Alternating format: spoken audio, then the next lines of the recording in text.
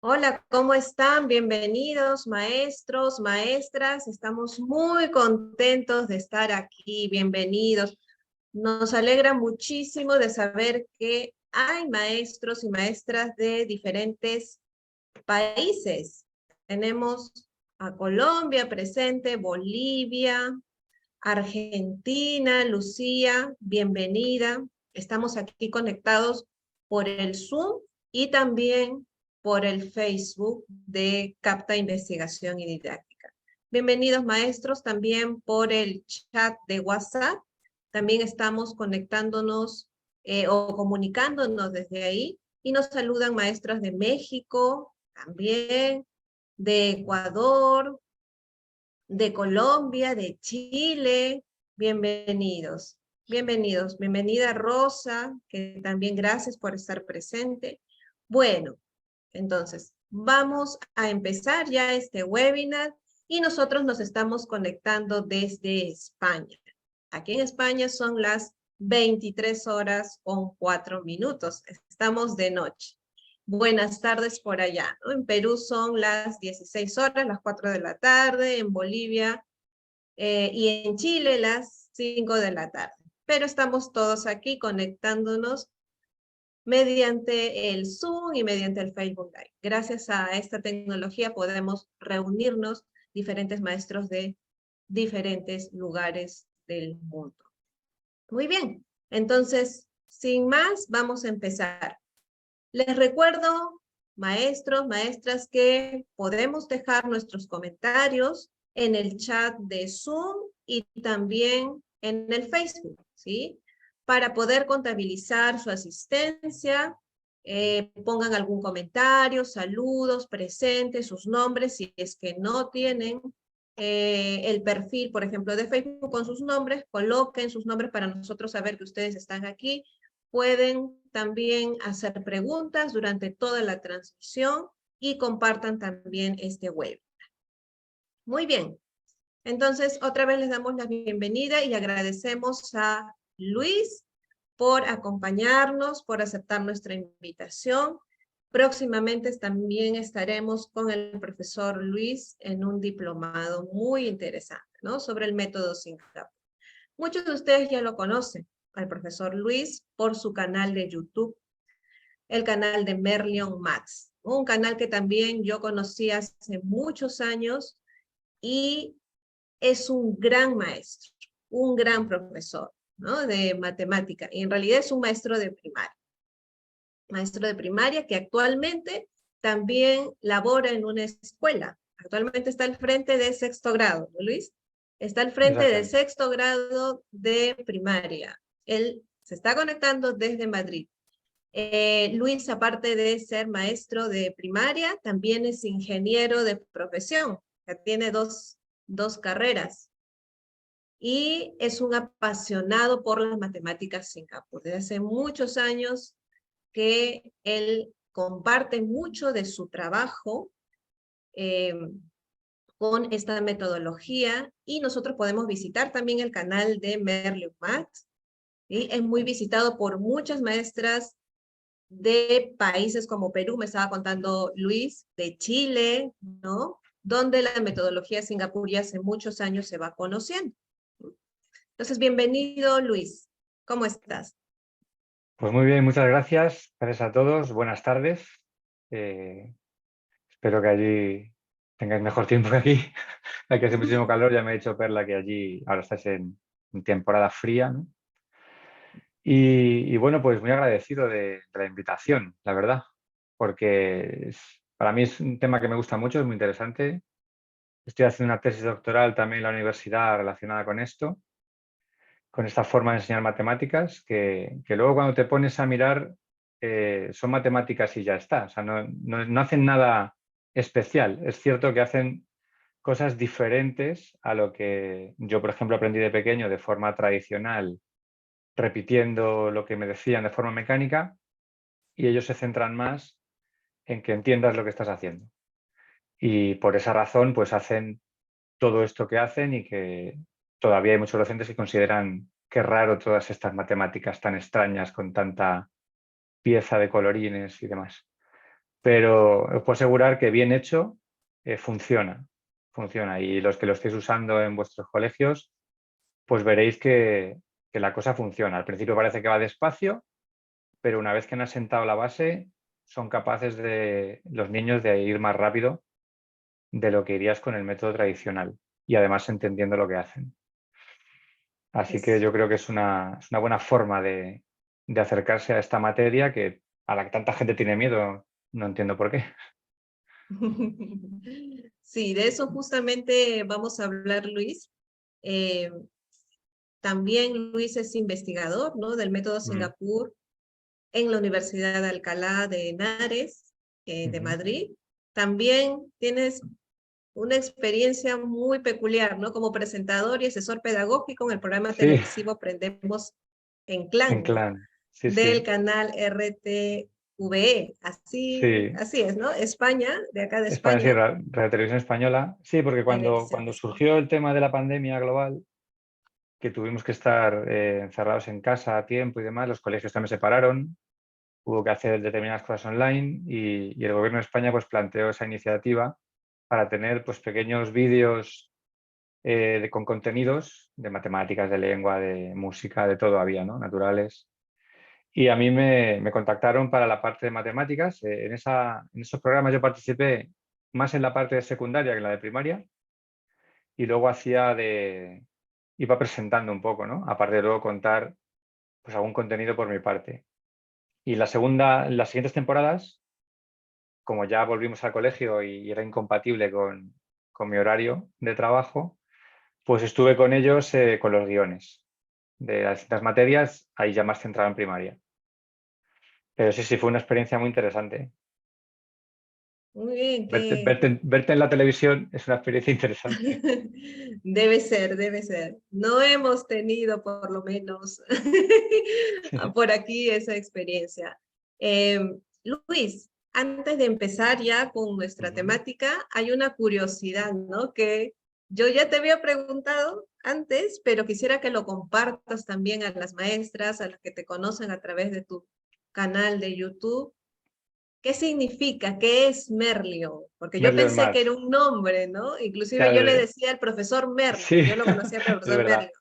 Y gracias Ya, a tu canal, yo también le agradecí a Luis, porque gracias a su canal yo me despejé muchas dudas hace muchos años cuando recién llegaba el método Singapur al Perú. Entonces teníamos muchas dudas porque a veces las capacitaciones son muy, muy intensivas, ¿no? Muy cortas, y de verdad el tiempo nos quedamos con muchas dudas, y gracias a su canal donde él comparte mucha información muy buena, bien explicado, me ayudó mucho, ¿no? A ver si nos cuentas un poquito qué es Merlio, ¿no? Es una ¿de curiosidad dónde muy viene, no? bonita que Pues sería muy sí, interesante que lo compartas.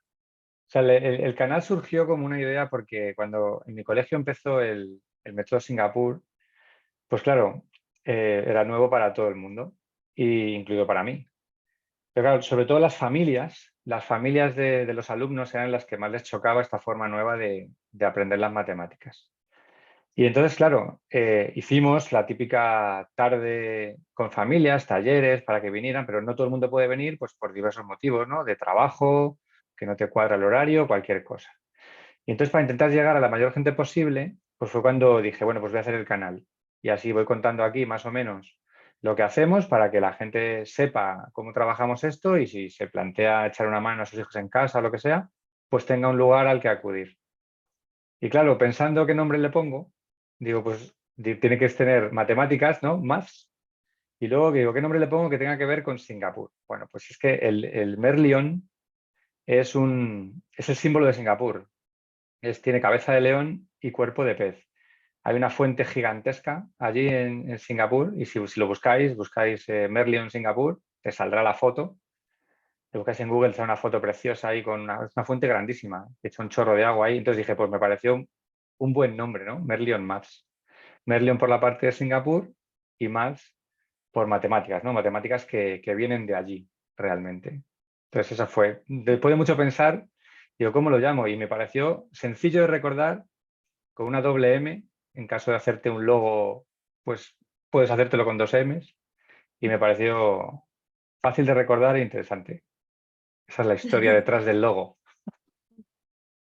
Muy interesante, y también, al menos yo y muchas profesoras te recordamos, ¿no? Por el canal Merlio. Por eso yo te decía, el profesor Merlio. Sí, más gente, bueno, en los comentarios a veces me lo dicen, profesor Merlion, tal, y digo, bueno, Sí, no pasa nada. entonces, Como luego cuando digo saludos Luis, pues ya más o menos ya todo el mundo lo tiene claro. Pero sí, sí. vale. Vale.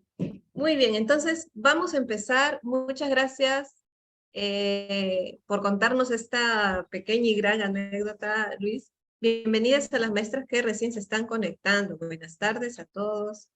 Hola, ¿cómo estás? Teresa, Quispe, Geraldine, Ana Paola, bienvenidas desde Chile. También Romina, gracias por estar aquí conectados. Muy bien, entonces vamos a empezar. Vamos a empezar hablando sobre las creencias limitantes, ¿no? Así lo aprendí yo.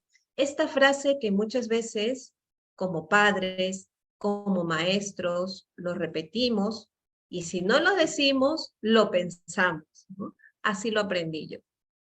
Y estamos con esa frase porque nos sentimos cómodos haciendo lo mismo, ¿no? Haciendo lo que mi maestro me enseñó, ¿no? Entonces, cuéntanos un poquito, ¿cuáles son las consecuencias de no darnos cuenta, tal vez, o de no reflexionar y no pensar qué hacer para enseñar de una forma diferente? Porque nuestro webinar son las dificultades, Mm. ¿no? En cuanto a la enseñanza de las matemáticas, porque muchas veces solamente vemos las dificultades de aprendizaje de los niños, pero también hay que ver, ¿no? ¿Qué dificultades nosotros tenemos? Pero más allá de solamente criticarnos, ¿no? De ver qué es lo que nos falta, vamos a buscar también soluciones. Entonces, ¿qué nos puedes contar acerca de esta de creencia este tema. limitante o frases parecidas que nos repetimos nosotros, ¿no? Así lo aprendí yo y así, de esta manera yo lo voy a enseñar. Claro, es que es eso, esto es lo mejor, esto siempre se ha hecho así. Las típicas frases, así lo aprendí yo y él siempre se ha hecho así.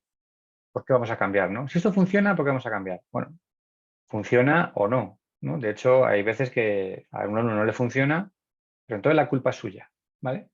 Y claro, ¿cómo le va a echar la culpa a un niño de 8 años de que no sabe aprender algo? Igual es culpa nuestra, ¿no?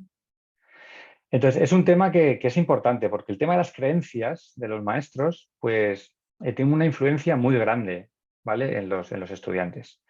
Además, es un tema muy amplio este, el de las creencias, ¿eh? Es un tema muy amplio bueno, tenemos el tiempo que tenemos, entonces voy a intentar sintetizar lo más posible.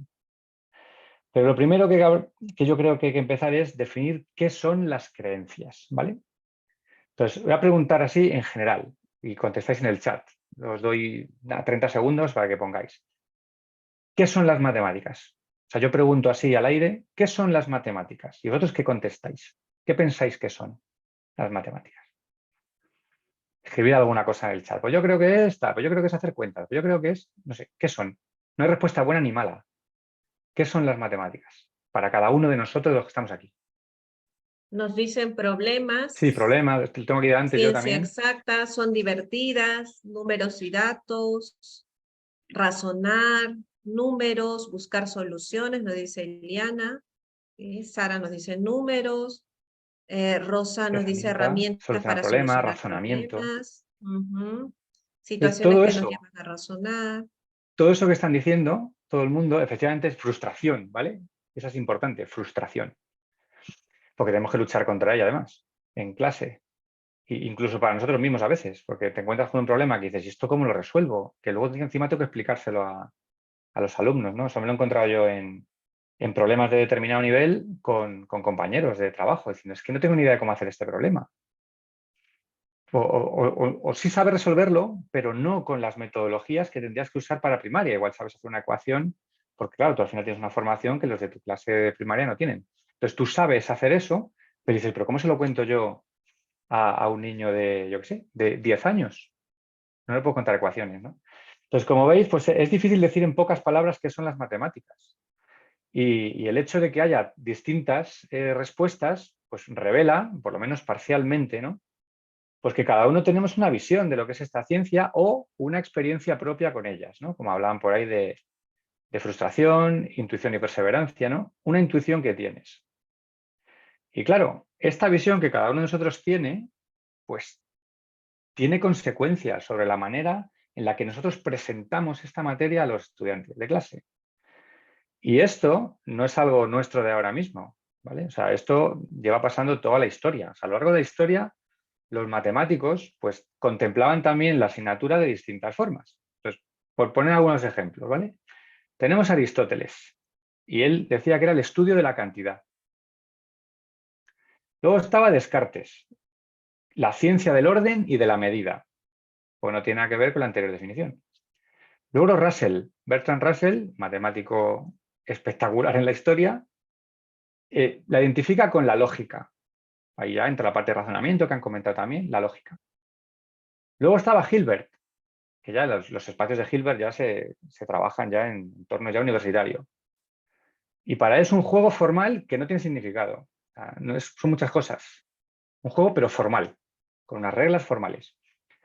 Luego estaba Polya, George Polya, que es una de las, también lo utilizan mucho en Singapur, en la parte de resolución de problemas. Y dice que es hacer cosas más que sabérselas. Eso es lo que decía George Polya, ¿vale? Así que bueno, pues ya veis, desde la historia de las matemáticas, y nosotros ahora también, y el futuro, cada uno tendrá una visión distinta de lo que son las matemáticas. Pero es que luego a esto le tienes que añadir el currículo, ¿vale? En el que tú te basas para poder trabajar, las leyes que son tu marco. Y ahí también tenemos variedad. Y no me refiero a variedad porque en Chile haya un currículo, en España otro, en Perú otro, en Bolivia otro. No va por ahí. La cosa va en que tú tienes por un lado lo que se llama currículo normativo. ¿vale? Que es la ley que te han dado a ti y tu país para que tú trabajes y desarrolles en el aula. Es el marco en el que te debes mover. Y esto es lo que entendemos nosotros como currículo, ¿no? Pues el currículo de primaria tiene esto, esto y esto, estos contenidos, esta forma de desarrollarlo y demás. Entonces, ahí te dicen lo que tienes que impartir, lo que tienes que evaluar y te rige tu trabajo. ¿Vale? Pero luego, claro, esta visión definida que tiene el currículum normativo, pues puede estar en consonancia o no con lo que yo opine como docente. Y entonces yo lo cuento de determinada manera. Entonces, ese es el currículo impartido. Entonces, ya no es igual que el normativo. Ya está el impartido, que es la visión que yo tengo, lo que he entendido cuando me lo he leído.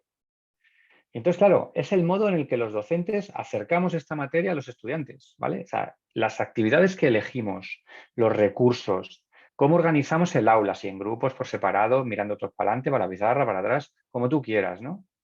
Y todo esto, cada uno lo hacemos con una intención personal que la buscamos o no, o nos surge, ¿vale?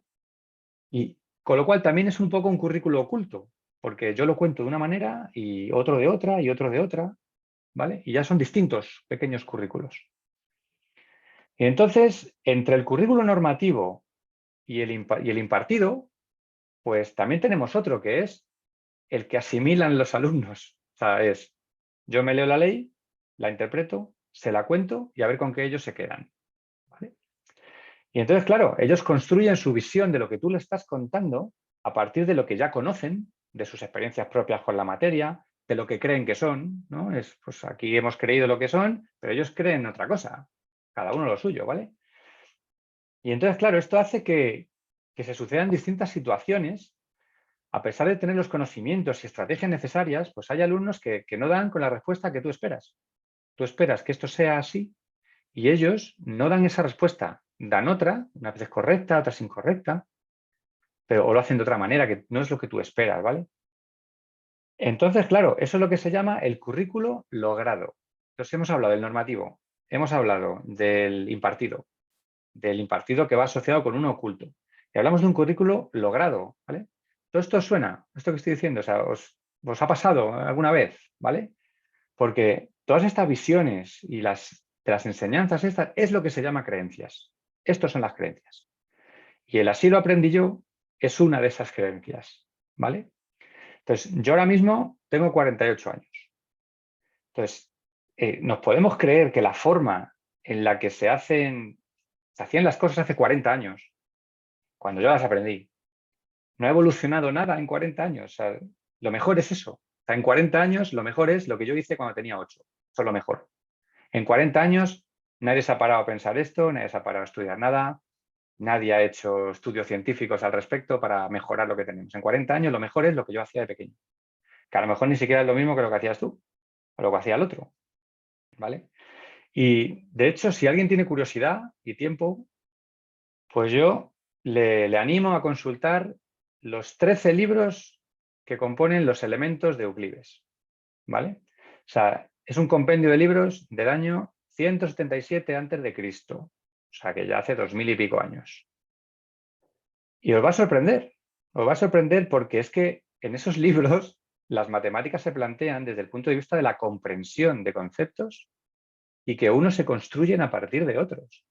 O sea, es decir, exactamente lo que estamos intentando hacer ahora con el método Singapur. Entonces, fijaos si es importante esto de las creencias, ¿no? Bajo mi punto de vista es muy importante, porque las creencias están presentes en los 3 currículos que he dicho, principales, el normativo, el impartido y el logrado, y guardan relación entre sí, ¿vale? Y no, pero no es una organización jerárquica, ¿vale? No es más que otra. Pero sí que hace que las creencias de uno veas que no se deducen a partir de las de otro, ¿vale? Y entonces te encuentras con contradicciones entre los 3 currículos, el logrado, el impartido y el normativo. Contradicciones. Entonces, ¿quién mete esas contradicciones? Nosotros. Nosotros somos los que las generamos, entendiendo lo que nos convenga mejor, al leerlo, impartiendo lo que nos parece que es mejor y evaluando cómo nos parece que sea mejor, ¿vale? Y no porque lo hagamos de mala fe, pero es lo que hay, ¿vale?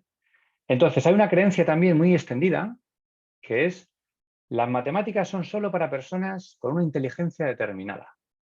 ¿Cuántas veces habéis oído es que no, es que yo soy de ciencias, no, es que yo soy de letras, a mí esto de los números? Entonces, claro, ¿estas creencias las habéis oído alguna vez? O sea, ¿esto lo habéis encontrado?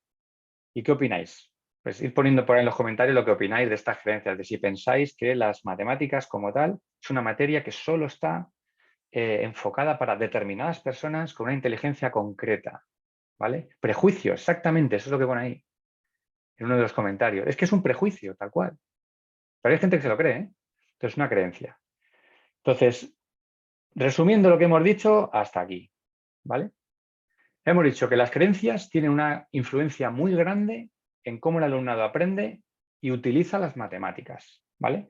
Y son un obstáculo para que este aprendizaje sea como el que nosotros queremos. Luego, las creencias de los docentes regulan nuestras decisiones y también regulan la planificación y el desarrollo y cómo evaluamos el proceso de enseñanza-aprendizaje. También hemos dicho que las experiencias del alumnado influyen en sus propias creencias, ¿vale? Y en la manera en la que ellos afrontan la asignatura y la materia. Entonces, pues te encuentras gente con una ansiedad hacia la materia espectacular, que le tiene bloqueado. Y luego nuestras propias experiencias de enseñanza también influyen en estas creencias y en cómo hacemos la intervención, ¿vale? Ya sabemos que no hay dos clases iguales. O sea, tú das esto, el año que viene también lo das y no tiene nada que ver la clase que tenías con la nueva. Otros perfiles, otro perfil de niño, otro perfil de familias, todo cambia al final, no tiene nada que ver. De hecho, hay ejercicios que te han valido un año fenomenal y actividades y al año siguiente no te valen, o sea, no te funcionan, no sucede lo que tú esperabas, ¿vale? Total, que esto es, por lo que digo, parece un círculo difícil de romper, ¿no? Entonces, ¿qué hacemos? Y ahí es muy interesante eso que dicen. Además, el hecho de decir que yo fui malo en mates, entonces no te preocupes que no pasa nada. Tú también vas a tener que serlo o si tú lo eres, no pasa nada. O sea, que no es un tema genético. O sea, el tema de las matemáticas no es genético. A lo mejor alguien tuvo una experiencia mala con los docentes que tuvo de pequeño y le creó una ansiedad de las matemáticas tremenda y tu hijo, pues 30 años después, tiene un profesor maravilloso, una profesora maravillosa y le encanta la asignatura y se le da bien. O sea, no es genético esto, ¿vale? O sea, muy interesante eso que dicen ahí. Entonces, ¿qué hacemos con esto? Bueno, pues yo os cuento lo que hago yo, ¿vale? Y para ver si os sirve, porque todo esto que vamos a hablar hoy no es lo que yo diga. Yo os cuento lo que yo hago, lo que a mí me funciona. Entonces, vosotros cogéis toda esta información, la unís a la experiencia que vosotros tenéis, sacáis una cosa nueva y la probáis. Y si funciona, pues compartidlo, porque igual hay más gente a la que le funciona. Así es como yo creo que es la manera de evolucionar, ¿vale? O sea, no es lo que yo diga, ni lo que diga no sé quién, lo que diga el otro. No, es lo que yo digo, es lo que a mí me ha funcionado. Esto es como cuando nace tu hijo y te llegan los abuelos, tal, no, haz esto, no, haz aquello. Ya, pero es que yo no quiero hacer eso, quiero hacer esto otro. No, no, no tienes ni idea porque eres nuevo. Pues esto es igual, ¿vale? Todo el mundo opina, todo el mundo te da consejos. Pues tú coge todos esos consejos, únelos a tu experiencia personal y luego toma una decisión. Esa es la jugada. Entonces, ¿qué hago yo? Bueno, yo creo que algunas creencias son útiles para resolver ejercicios, pero no para resolver problemas, ¿vale? No es lo mismo un ejercicio que un problema. Entonces, la resolución de problemas requiere creatividad, ¿vale? Creatividad. No es un proceso lineal. O sea, la inspiración no es automática. O sea, tú hay días que te ves un problema y dices, ¡hala, qué fácil! Y otro día dices, ¡hala, qué difícil! Y a lo mejor otra persona dice, ¡hala, qué fácil! Entonces, un problema nos parece difícil o fácil si en la primera lectura sé cómo hacerlo. Pero como tenga que estar pensando un rato, empezamos a pensar que es un problema difícil. Porque no se nos ocurre, esa inspiración que viene no es automática siempre, ¿vale? Entonces, el proceso no es lineal, la inspiración no es automática y el tiempo necesario para resolver un problema no se puede prever. Entonces, claro, eso te genera tensión para saber si vas a saber resolverlo o no. Y eso juega un papel muy importante, sobre todo para los estudiantes. Entonces, si tú tardas 5 minutos en hacer un problema porque se te ha ocurrido y tienes muy claro cómo hacerlo, y lo plantas en un examen y eso no está controlado, puedes generar una frustración que comentaban antes grandísima. Porque si el problema es relativamente complejo, tú no sabes cuánto van a tardar en hacerlo. No puedes calcularlo, ¿vale? Y entonces, para desarrollar la creatividad de los estudiantes a la hora de resolver problemas, lo que tenemos que hacer es proponerles en la clase verdaderos problemas, ¿vale? Que sean variados, de todo tipo. Que sean motivadores, ¿vale? Que tengan algo que ver con ellos, que ellos se sientan identificados, que puedan convertirse en el personaje de ese problema y meterse dentro de la historia, ¿vale? Y tienes que tener claro que no tienes ni idea de cuánto van a tardar en resolverlo. Igual es una sesión, igual son dos. Entonces, si son dos, te has pasado con el nivel del problema. O sea, si nadie es capaz de resolverlo en una sesión o en parte de ella, ni en grupo siquiera, pues igual te has pasado. Tendrías que haber cogido un problema que en un estadio de dificultad anterior, ¿vale? Y eso somos nosotros los que lo tienen que decidir y cuando planificas tu clase, ¿vale? Luego hay que tener muy claro también que cualquiera, hasta el que tenga menor desempeño dentro de tu clase, puede abordar la resolución de un problema, siempre que el problema tenga un nivel adecuado de dificultad. Con lo cual, si yo tengo estudiantes que tienen un alto nivel de desempeño, pues tengo que crear un problema que me permita ser flexible y darle una pregunta a esa persona que les sea un reto. Pero el mismo problema tiene que ser capaz de tener una pregunta que sirva para que el de bajo desempeño pueda participar y decir algo. Porque si no participa porque él se considera que no va a saber hacerlo, pierde totalmente la confianza en sí mismo y en la asignatura y en ti. Y entonces no le estás ayudando. Entonces, el concepto de problema es relativo, como decía antes, depende de tus conocimientos, de tus experiencias, si has hecho uno parecido antes. Entonces hay que tener mucho cuidado cuando elegimos los problemas. Entonces, los problemas son un conjunto de datos, una historia que al final termina con una pregunta. Depende de cómo tú hagas la pregunta, el problema es para primero de primaria, para segundo, para tercero o para bachillerato, siendo los mismos datos prácticamente, ¿vale? Entonces, tú eres el que decide la dificultad del problema con las preguntas que haces o con la información que planteas, ¿vale? Entonces, claro, lo ideal cuando planteas un problema así en clase es generar un debate, ¿vale? Generar un debate y que entre todos empiecen a plantear ideas. Y por supuesto no decir que no. Si algo está mal, no digas que no. Si algo está mal y te das cuenta, hazle preguntas. ¿Y esto estás seguro? Desarróllalo. ¿Y esto por qué? ¿Y por qué crees que es eso? ¿Y no podría pasar esto? Y a lo mejor, y entonces se va a dar cuenta, ese alumno se va a dar cuenta de que por ahí no va bien. Y entonces, si tiene confianza en ti y en la clase y en el entorno que tú has creado, en el clima, pues dirá, vale, este camino no me vale, cojo otro. Pero sin más. No se empezará a agobiar y dirá, yo no levanto la mano nunca más, no voy a ser que me pillen otra vez equivocándome. Que es lo que nos suele pasar, ¿vale? Entonces es imprescindible hacer que tengan confianza en sus propias habilidades con una actitud básica para enfrentar los problemas, ¿vale? Más cosas. Nosotros tenemos que tener una actitud abierta a la hora de plantear un problema para que se resuelva. Esta actitud abierta es la que hay que inculcarles a ellos también, que tengan actitud abierta a la hora de resolver un problema, de plantear soluciones, ¿vale? Y por eso es imprescindible buscar varias estrategias de resolución. Tenemos que intentar resolverlo de más de una forma, porque hay varios caminos para llegar a una solución. Entonces no tiene por qué ser el mío el válido. O sea, a mí me ha pasado resolver un problema y tener un alumno en clase que lo ha resuelto de una forma más fácil que la mía. Porque nosotros, al ser adultos y tener un montón de conocimientos en la cabeza y demás, pues a nosotros nos parece muy fácil, pero a lo mejor no es la manera más sencilla para un alumno de 10 años. Y yo me he encontrado con situaciones así. Yo lo he resuelto de esta manera pensando esto, esto y esto. Y dices, "Oh, pues es verdad. O sea, forma más fácil que la mía".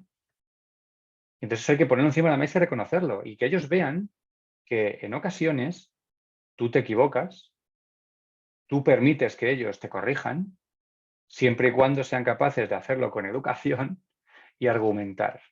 ¿Vale? Argumentar es fundamental. Entonces es el clima que yo creo en el aula. Soy uno más resolviendo, soy uno más tirando de ellos para que resuelvan y si alguien encuentra la solución mejor que la mía, fenomenal. Esa es la idea, ¿vale? Muy Entonces, bien. si solo tenemos... Dime. Luis, sí. Sí. Vamos aquí saludando también a las Ah, maestras. Y para no de repente extendernos mucho con Sí. esta primera No, parte, ya, aquí acabo ya, ¿eh? eh, sí, quería comentarte algo también que me estaban escribiendo por acá. Tenemos las mismas dificultades en cuanto al currículum, ¿no? Cuando estábamos Sí. comentando de la currícula Los tipos de currículum, en sí. Perú, ¿no? Y justamente eso estábamos comentando con Luis, que aquí en España también, en Perú, en Chile, tenemos las mismas dificultades en cuanto a la currícula, ¿no? Pareciera que en otros países les va mucho mejor, pero en la práctica presentamos las mismas dificultades, ¿no? Que tú nos estabas Eso comentando es. justamente. Es que pasa en todos los sitios, porque entonces es igual. Al final hay una ley y luego tú eres el que la desarrolla bajo tu interpretación y tu punto de vista, con la mejor de las intenciones. Y yo no digo que vayamos a hacerlo, lo hacemos con la mejor de las intenciones, pero estamos sesgados por nuestra propia forma de ver, ¿vale? Entonces es muy importante esto, ¿no? Lo de tener lo que decía de varias estrategias para resolver un problema. Es muy importante porque si solo tenemos una idea, pues cuesta modificarla, que es lo que nos pasa a veces a muchos docentes, ¿no? No, es que esta es la forma. ¿Pero por qué esa es la forma? Que sí, tú hazme caso, esta es la forma. Entonces cuesta modificar la idea y eso da rigidez. Y la rigidez es lo peor que puede pasar cuando te enfrentas a un problema para resolverlo. Porque los problemas en primaria habitualmente tienen una solución. En secundaria, bueno, pues te puedes encontrar con problemas con más de una solución. De hecho, cuando haces una ecuación en segundo grado ya tiene dos soluciones. Y tienes que interpretarla para ver cuál es la que te conviene. A veces son las dos, a veces es una solo, a veces es ninguna. Te tienes que interpretar. Entonces, no puedes ser rígido en los problemas, ¿vale? Y luego, otra cosa súper importante para manejar bien las creencias, con la flexibilidad esta que decía, actitud abierta, es el proceso de revisión, ¿vale? Los estudiantes valoran más el producto final que el proceso en el que están aprendiendo. Y eso es culpa nuestra. ¿Por qué? Porque tú haces un examen y la gran mayoría de las veces miras el resultado. Y si el resultado está mal, entonces depende del tipo de docente que seas, miras el proceso a ver si le das algún puntillo por eso que ha hecho. Pero lo importante realmente no es el resultado, lo importante es el proceso. Yo a veces, para que ellos entiendan esto, les pongo problemas sin datos. No hay datos en el problema, no hay números con los que puedan hacer operaciones. Con lo cual, si no pueden hacer operaciones, lo único que pueden hacer es explicar. Yo haría esto por esta razón, para calcular esto y hacer aquello otro, y entonces podría, y me vendría bien que me dieran esta información para poder hacer esto otro. Pero como le pongan números, como ellos tienen una mentalidad rígida y tradicional por ti como docente, por su casa o por lo que sea, se van a poner a hacer cuentas. ¿Cuántas veces habéis visto un ejercicio, un problema en el que el alumno ha cogido los números que había y empezó a hacer cuentas? Y dice, ¿y para qué ha hecho esta cuenta si no tiene sentido? Pues por eso, porque él asume que todos los problemas se resuelven haciendo cuentas, en vez de pensando a ver qué hago. Entonces, no debemos dar por finalizado un problema cuando hemos llegado a la solución. Si hemos llegado a la solución y la han entendido, lo mejor, desde mi punto de vista, es pensar sobre lo que hemos hecho, verificar que las justificaciones que han llevado a la solución son correctas y evolucionar el problema planteando otra pregunta en plan, ¿qué pasaría si? ¿Qué pasaría si en vez de tener 10 cromos tuviera 25 en primaria? Entonces das un salto. ¿Qué pasaría si tuviera menos cromos que el otro? Ah, pues es que entonces no puede ser, porque claro, no te puedes tener más. Y lo que buscas es eso, la explicación, ¿vale?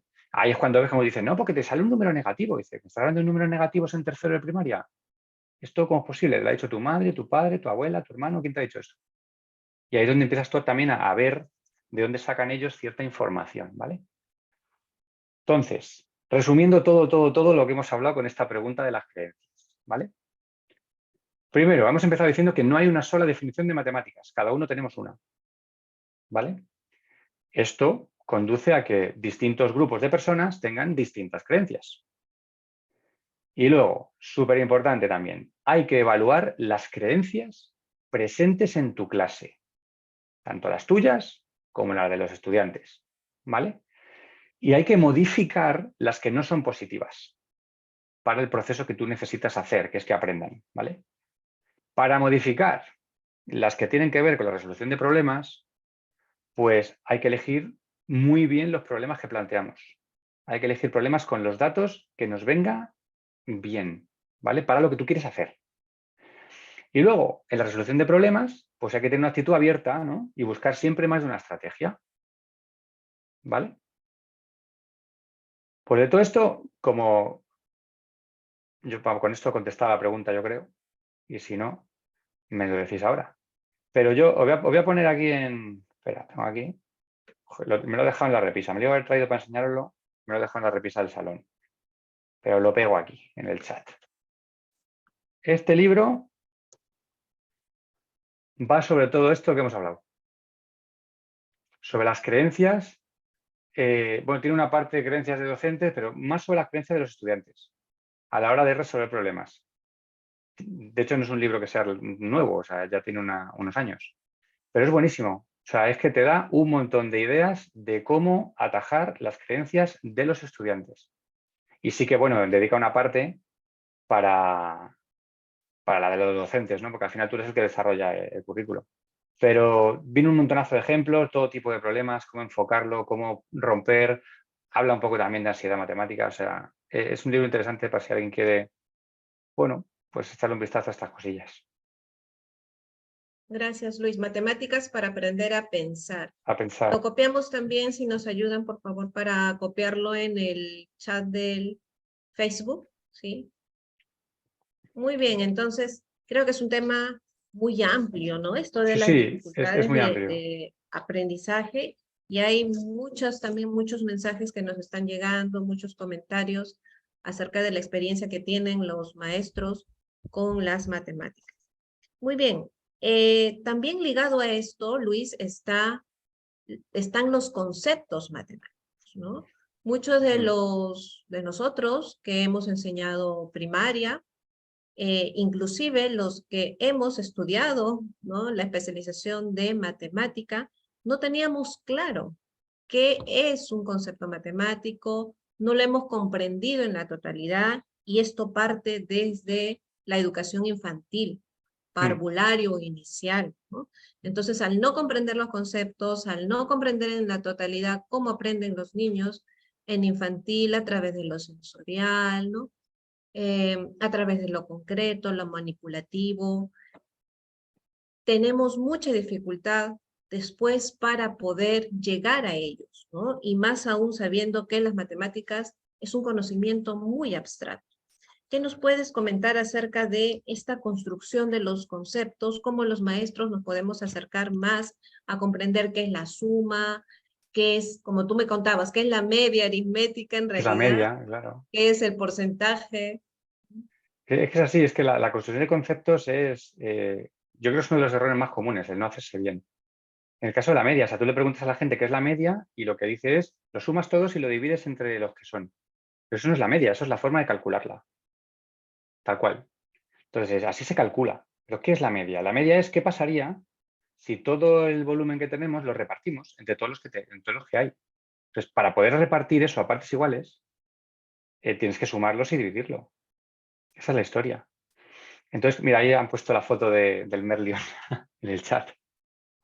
Pues esa es la jugada. La jugada es cuando tú estás calculando la media de notas de un estudiante que ha hecho 4 exámenes, lo que estás calculando es qué nota habría sacado si hubiera sacado lo mismo en todos.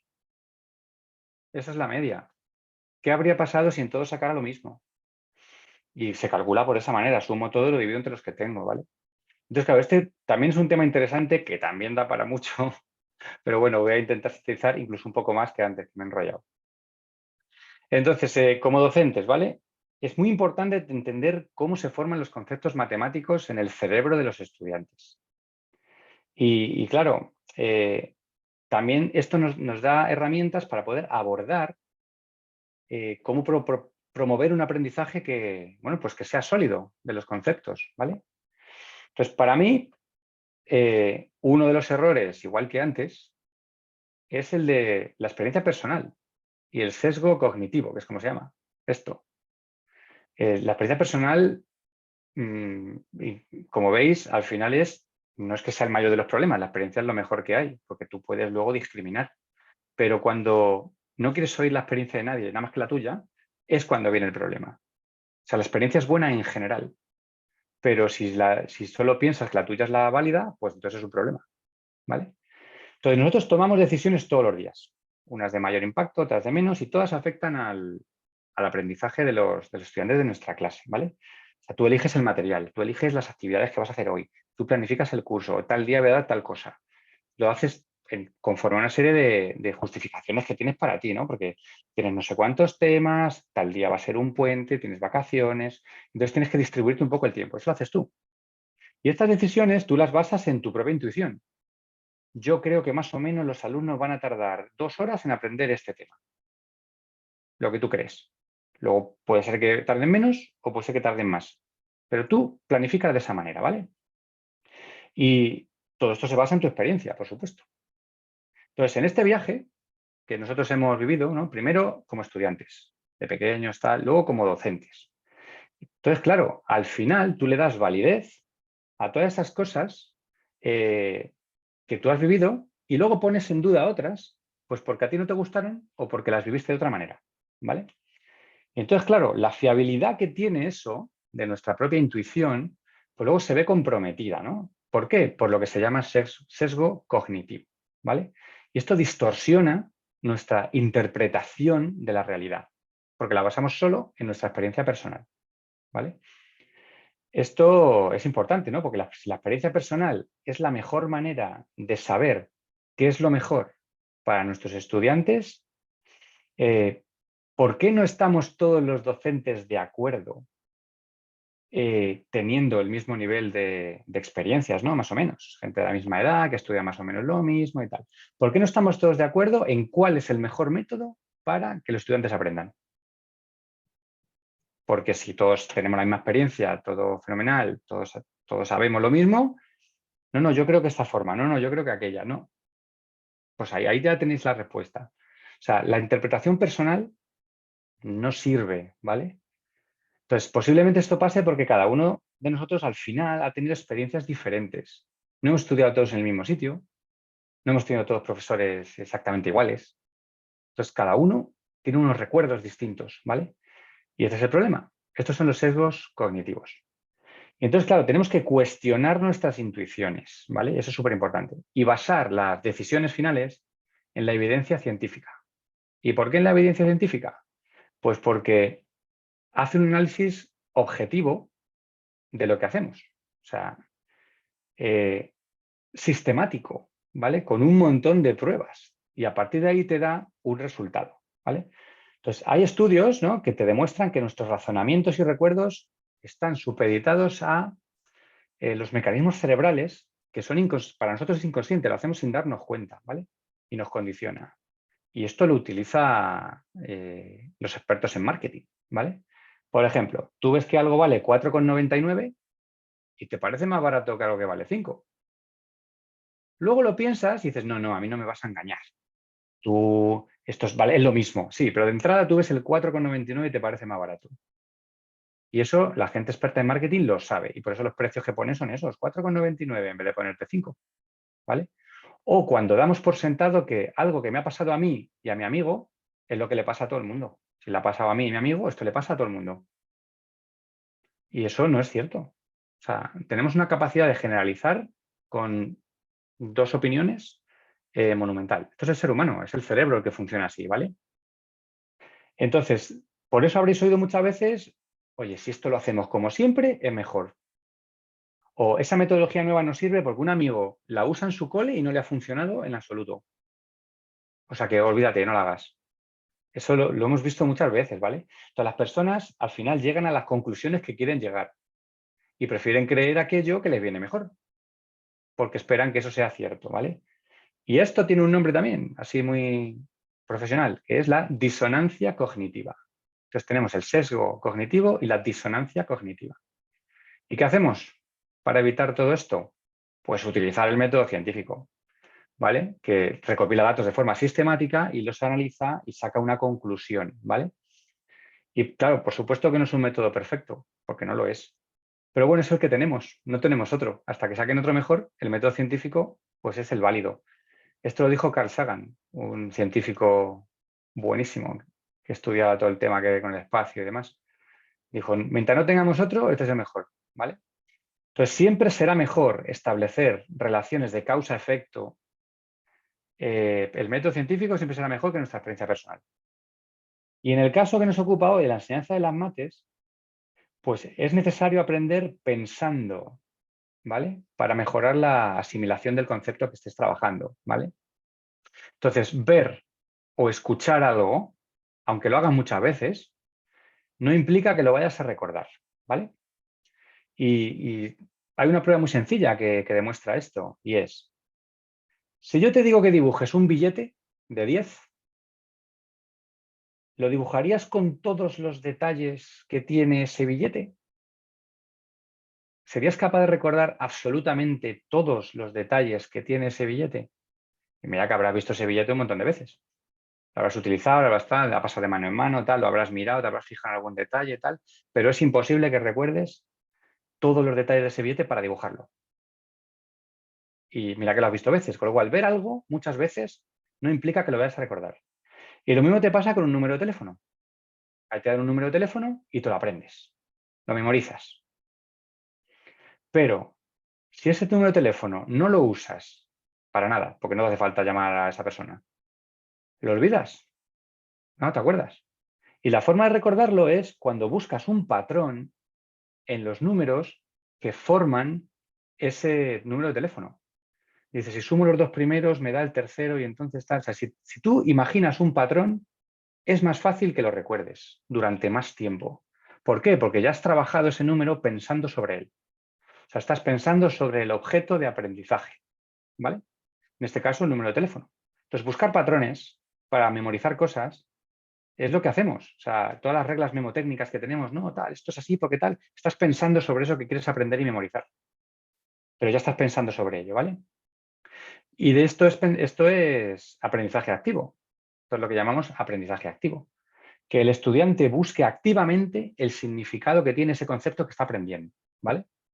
Y luego ya, si es capaz de relacionarlo con los conocimientos que tiene, pues más fácil le va a ser recordarlo para usarlo para otra cosa, ¿vale? Entonces, ese es nuestro rol en clase, proporcionar actividades que garanticen justo eso, que el estudiante pueda reflexionar sobre lo que está aprendiendo, ¿vale? Y plantearle preguntas que movilicen todos los conocimientos que tiene y pueda evocar lo que necesite de su cerebro, ¿vale? Y entonces, aquí es donde entra el enfoque concreto, pictórico y abstracto de Jerome Bruner, que es uno de los pilares fundamentales de la metodología de Singapur, ¿vale? Entonces, el proceso de Jerome Bruner de CPA, concreto, pictórico y abstracto, tiene tres pasos. Primero tienes una manipulación física, tocándolo de verdad, ¿vale? Del objeto que sea. O sea, si estás hablando en segundo de primaria de tiene 50 cromos, lo ideal es que tengas 50 cromos de verdad y los pueda tocar, ¿vale? Si eso no es posible, porque si en vez de hablar de 50 cromos estás hablando de 15 elefantes, pues evidentemente 15 elefantes en tu clase no te van a caber. Entonces no puedes tenerlos. Y entonces cuando utilizas pues bloques, fichas de estas, como esta que tengo aquí, de estas fichas, que lo que hacen es, bueno, representar al elefante, pero estás tocando la ficha. No estás tocando el elefante, pero bueno, estás tocando la ficha, ¿vale? Bueno, ficha, perdón, que ya me dijo Perla que ficha para vosotros es otra cosa. Y para mí fichas son estas cosas también, aparte de las fichas estas de trabajo. Piezas de estas, bloques encajables, ¿vale? Entonces, eso es lo primero, ser capaz de manipular con objetos reales que pueda tocar, ¿vale? Después de esta fase viene la fase pictórica. ¿Y eso qué quiere decir? Bueno, pues quiere decir que a lo mejor no tengo estos bloques encajables para poder manipularlos, pero los puedo pintar. Entonces los dibujas, utilizas una representación pictórica de lo que sería una manipulación concreta, ¿vale? ¿Y qué pintas? Pues bueno, pues sueles pintar círculos, sueles pintar cuadrados, rectángulos, puntos, ¿no? Yo a mis alumnos les recomiendo siempre que dibujen rectángulos, ¿vale? Porque, bueno, el cuadrado tiene unas peculiaridades concretas, todos los lados iguales y demás. El rectángulo es un poco más flexible para eso. Y además, como normalmente trabaja en un cuaderno de cuadraditos, pues es fácil que dibujen rectángulos relativamente bien dibujados, ¿vale? Y entonces les sirve como una representación pictórica de pues, estos bloques encajables, por ejemplo. Y luego ya, finalmente, el tercer paso es ya utilizar el lenguaje matemático, lenguaje abstracto. O sea, por ejemplo, tú tienes que hacer 2 más 3 y entonces tú coges dos bloques encajables, le añades o le pones escrito a mano y añades otros 3 bloques encajables, los he contado y tengo 5. Es el paso concreto. El paso pictórico sería que tú dibujas un bloque que vale 2, por ejemplo, o dibujas 2 piezas, tal cual, y luego las cuentas. Y el final ya es cuando lo escribes con lenguaje matemático, con la grafía del 2, el símbolo más que tú ya sabes que sirve para sumar, y el 3 luego le pones un igual, porque es el que te va a decir que eso es igual a lo que vas a poner después, y le plantas el 5, ¿vale? Entonces, al final, el escribir una operación matemática es escribir con un lenguaje especial la frase que es: yo tengo 2 piezas, 2 cromos, y le añado otros 3, y entonces en total tengo 5. Y como eso es muy largo de escribir, los matemáticos han inventado un lenguaje estupendo que te lo hace más corto, que es el 2 más 3 igual a 5. Es un lenguaje que tienes que saber interpretar, que tienes que saber leer, igual que lees el español, el inglés o el idioma que sea. ¿Vale? Esta es la jugada del CPA. ¿Vale? Y estos pasos son graduales. O sea, no es, venga, primero este, luego este, luego este, todo seguido. No. O sea, son graduales y cada estudiante necesita su tiempo, que no necesariamente es el mismo que el de otro, para pasar al siguiente, de un paso al siguiente. ¿Vale? Entonces, por ejemplo, dices, en primero de primaria, ¿no? Dices tú, podemos plantear una situación en la que tenga Juan tiene 2 cromos y María tiene 8. ¿Cuántos cromos necesita Juan para tener los mismos que María? ¿Veis? La situación es que Juan tiene 2 y María tiene 8. Y yo he hecho una pregunta que es: ¿cuántos cromos necesita Juan para tener los mismos que María? Esa pregunta es un nivel medio-alto. Si hubiera dicho cuántos tienen en total, pues es un nivel normal. ¿Vale? A eso me refería antes con el tema de las preguntas. En este caso hemos dicho que cuántos necesita Juan para tener los mismos que María. Entonces, si tienes cromos en clase, fenomenal. Pero si no, utiliza los cubos encajables. Entonces, necesitas 2 cubos para representar los de Juan. Necesitas 8 para representar los de María. Los colocas en plan torrecita, así una torre de estas así. Los comparas y cuentas cuántos tiene uno más que otro. Y dices, ah, vale, pues mira, si le pongo no sé cuántos más, entonces, en este caso 6, si le pongo 6 más, pues ya tendrían los mismos. Y ya puede contestar la pregunta y se ha quedado en la fase concreta. Y no pasa nada, perfecto. Has resuelto el problema, que es lo que tú querías. Tú querías que contestara a la pregunta. Porque si tu objetivo era que pusiera una cuenta, entonces no estás enfocando correctamente el problema, no estás siendo flexible, estás siendo rígido. Pero tu objetivo es que conteste la pregunta. Da igual si lo hace con fichas, da igual si vamos con bloques, da igual con qué lo haga. Pero ha contestado la pregunta. Por eso es importante que si tú tienes estudiantes en tu clase que todavía están en esta fase y le pones una prueba escrita, un examen, déjale los bloques para que lo resuelva. Porque si sabes resolverlo con bloques, fenomenal. O sea, esa parte está. Ahora, está todavía en la fase concreta. Bueno, pues ya le ayudarás a pasar a la pictórica y luego a la abstracta. Pero si te ha contestado bien a la pregunta, significa que sabía lo que estaba haciendo. Ha entendido bien el problema y ha sabido resolvértelo, aunque necesite los bloques encajables. No hay ningún problema. ¿Vale? Entonces, cuando ya has trabajado esto bien con el material manipulativo, lo tienes claro, es cuando te pasas a la fase pictórica. Y después es cuando te pasas a la abstracta. ¿Vale? Y esto cada vez que empiezas un concepto nuevo. No, esto lo uso solo en primero y segundo de primaria, que los niños son pequeños y les gusta jugar con estas piezas, pero luego ya en tercero o cuarto esto no, porque ya son grandes. No, eso es uno de los errores principales. Y cuando te dan formación de esto, habitualmente parece que siempre se queda todo en la fase de primero y segundo, ¿no? Con todos los bloques y las piezas y tal. Pero Bueno, eso es interesante. El currículo dice que resuelva problemas, no que lo resuelva en un tiempo definido, ni que lo haga rápido, ni que... Y por eso es importante el material, para el que lo necesite, ¿vale? Entonces, yo uso estas piezas también en sexto de primaria. ¿Para qué? Pues para enseñar, por ejemplo, el mínimo común múltiplo o el máximo común divisor. Utilizo esto, ¿vale? Entonces, si queréis, os comparto un momento la pantalla para que veáis lo que quiero decir con esto de las piezas, ¿vale? Aquí, comparto. Vale, ya os estoy viendo, ¿no? Estoy viendo la parte esta de Didax, que es donde manipulativo digital, que bueno, que los tengo aquí también estos, pero para que quede claro el proceso lo hago con este digital, ¿vale?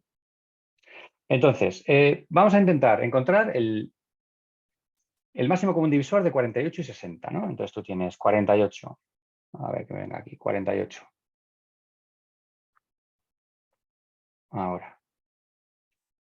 ¿Se ve bien que estoy escribiendo 48? ¿O se ve muy pequeño?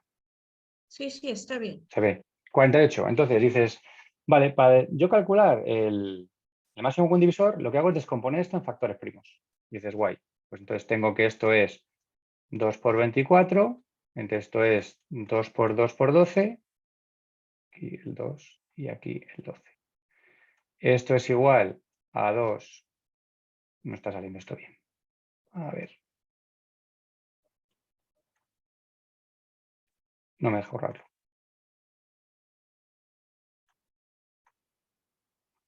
A 2 por 2 por 2 otra vez por 6. Se está yendo peor. A ver si lo hago aquí. A ver si aquí va mejor. 48. 2 por 24. Y esto es igual a 2 por 2 por 12. Que esto es igual a 2 por 2 por 2 por 6. Y esto es igual a 2 por 2 por 2 por 2 y por 3. Ya lo tengo descompuesto. Entonces el 48 es 2 a la cuarta por 3. Esto es lo que hacemos en sexto, ¿vale? Y luego tenemos el 60. El 60 es 6 por 10. Este es 2 por 3 y este es 2 por 5. Reordeno y esto es 2 al cuadrado por 3 y por 5, ¿vale? Guay, hasta ahí bien. Ahora necesito calcular el máximo común divisor. Bueno, en muchos libros tradicionales te hay una frase que te dice una serie de cosas que tienes que hacer. Pero tú realmente, si has entendido lo que es el máximo común divisor, tú sabes que es justo eso, el divisor común a los dos y que es capaz de dividirlos. Y además, el más grande posible de todos los divisores. Entonces, esto lo hacemos con los cubos. ¿Y qué es lo que hacemos con los cubos? Bueno, pues vamos a decir que el cubo azul, por ejemplo, este va a ser, pues, el 2. Vale, se lo puedo poner aquí, no pasa nada. Este es el 2. Ahora, el cubo, pues el rojo, para que se vea un poco mejor. Este va a ser el 3. Y ahora el verde. El verde va a ser el 5. ¿Vale? Entonces ahora yo con esto me monto una torre que representa el 2. Montarlos en torre es que van multiplicados. Eso es lo único que les dices. Entonces necesito, para representar el 48, 4 azules. Pues 1, 2, 3 y 4. Y luego uno rojo. Pues este es el 48. Y esto lo hago con ellos, yo se lo hago con el digital y ellos lo hacen con las fichitas. Vamos con los cubos. Vale, ya vamos con el 60. El 60 eran 2 azules, 1 y 2. Y luego uno rojo y uno verde.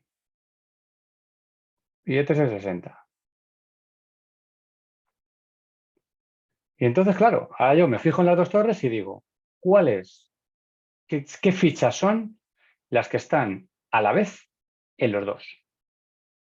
Y dice, bueno, pues a los dos a la vez tengo este grupo de aquí, que también está aquí. Pues ese es mi máximo común divisor. Dos azules y una roja. ¿Qué es dos azules y una roja? Pues máximo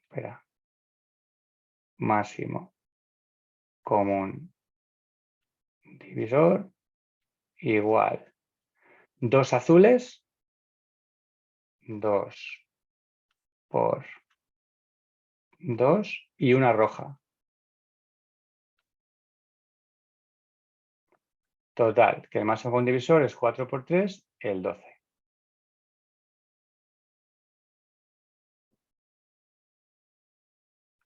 ¿Vale? Y así uso para esto los bloques encajables en sexto de primaria. Esto es uno de los ejemplos y esto lo trabajaremos también en el curso que comentaba Perla al principio. Entonces, los bloques encajables estos, o sea, valen para un montón de cosas.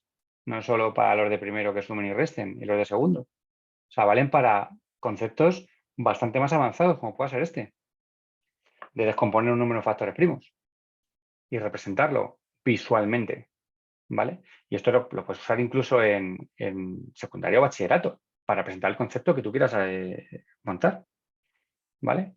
Entonces, cuando tú has trabajado esto suficientemente, ya lo puedes hacer de otra forma, ¿vale? Y de todo esto es donde sale la frase comunes elevados al menor exponente. Voy a dejar de compartir esto. De aquí sale la frase comunes elevados al menor exponente, que es la que, no, tú aprendes esta frase y ya está. No es apréndetela y ya está. Porque si te aprendes esta frase y ya está, la vas a mezclar con la otra, la del mínimo como múltiplo. Que si menores, que si mayores, que si menor exponente, que si los que se repiten, los que no. Pero si has entendido lo que estás haciendo porque lo has hecho con las piezas, pues mucho mejor. ¿Vale? Entonces, y es que además, te lo dice la propia palabra, te dice el divisor más grande que es común a ambos. Máximo común divisor. Esto en inglés es mucho más evidente, ¿no? Porque es el highest common factor. Entonces, es que ya tal cual. O sea, aquí en español está como al revés. Máximo común divisor está al revés, ¿no? El divisor común máximo. Pero en inglés es que lo lees tal cual. Highest common factor. Entonces es automático. Entonces, claro. Pues resumiendo todo lo que hemos visto en esta parte, siguiente pregunta, ¿no? Entonces, los errores en la enseñanza de conceptos matemáticos, pues están relacionados con la experiencia personal, ¿vale? Y con el sesgo cognitivo que tenemos nosotros como docentes al tomar decisiones y porque las basamos en la propia experiencia. Si yo lo aprendí mecanizado, entonces es lo mejor, porque si yo sé hacerlo, pues tú también tienes que saber. Esa es la primera cosa que hemos hablado. Después, el aprendizaje activo, donde ellos buscan, ¿no?, el significado de lo que es el concepto que están hablando y lo relacionan con sus conocimientos previos, eso es lo más importante para asentar bien el concepto que sea, ¿vale? El enfoque concreto pictórico abstracto pues ayuda mucho a todo esto, ¿no? Porque pasa gradualmente de la manipulación física con las manos, luego a un dibujo, que tú ya recuerdas esa pieza que tenías y la dibujas, y luego ya lo traduces a la notación abstracta matemática, que es como un lenguaje que te estás aprendiendo, ¿vale? Y luego, con este ejemplo que os he puesto aquí, pues el enfoque CPA no es algo exclusivo de los cursos bajos de educación primaria. Es útil siempre, incluso en secundaria o en bachillerato o en la universidad incluso, ¿vale? Pasa que, bueno, ya en la universidad pues tienes una serie de herramientas, unos programas, GeoGebra, que no sé si lo conocéis, pero GeoGebra se usa en secundaria para representar ecuaciones, funciones, y es gratuito y es espectacular, porque es que cuando lo ven en la pantalla la función, dicen, anda, es que esto es así, y ya pueden pensar. Puedes ver representaciones de funciones en 3 dimensiones. Ah, vale, que esto es así. O sea, de estos... a veces te ponen unos dibujitos en los exámenes y dices, ¿esto cómo lo han dibujado? Pues con programas de ese tipo, ¿vale? Con uno que es como un donut, un dibujo ahí y tal. Calcula el área de este toroide de no sé qué historias. Y eso al final dibujan con esto, ¿vale? Y si tú lo puedes tocar, pues ya sabrás para el próximo día que ese donut tiene un nombre especial que es el que sea, ¿vale? Bien, Luis, Bueno, ¿qué os parece? sí, una de las cosas también que habíamos comentado y que te contaba Y relacionado a lo que tú nos estás explicando, diciendo, es que cuando nosotros adultos también, y esto pasa con los adolescentes, tenemos contacto con el material, hay como una experiencia muy bonita, muy emocionante, ¿no? Y esto nosotros lo hemos visto también desde CAPTA, en los talleres, en las capacitaciones, cuando los maestros, las maestras, estaban en contacto con el material. Cómo abríamos la caja, nos emocionábamos al sacar, los colores, ¿no? Entonces, es tan importante trabajar con el material, entender qué significa, ¿no? Todas estas fases de adquisición del conocimiento que nos hablaba Brunner, ¿no? Entonces, Exacto. tenemos que volver muchas veces de nuevo con el método Singapur a comprender en realidad qué cosa nos quería decir Jerome Brunner en toda su teoría del aprendizaje por descubrimiento, ¿no? Porque muchas veces lo tenemos ahí en la teoría, pero ¿cómo lo aplico? Y eso es lo que nos regala el método Singapur. Estoy compartiendo por el chat del Zoom y también, por favor, si lo pueden compartir por el chat del Facebook, la página de donde el profesor ha utilizado el manipulativo virtual, que es didax.com. ¿Sí?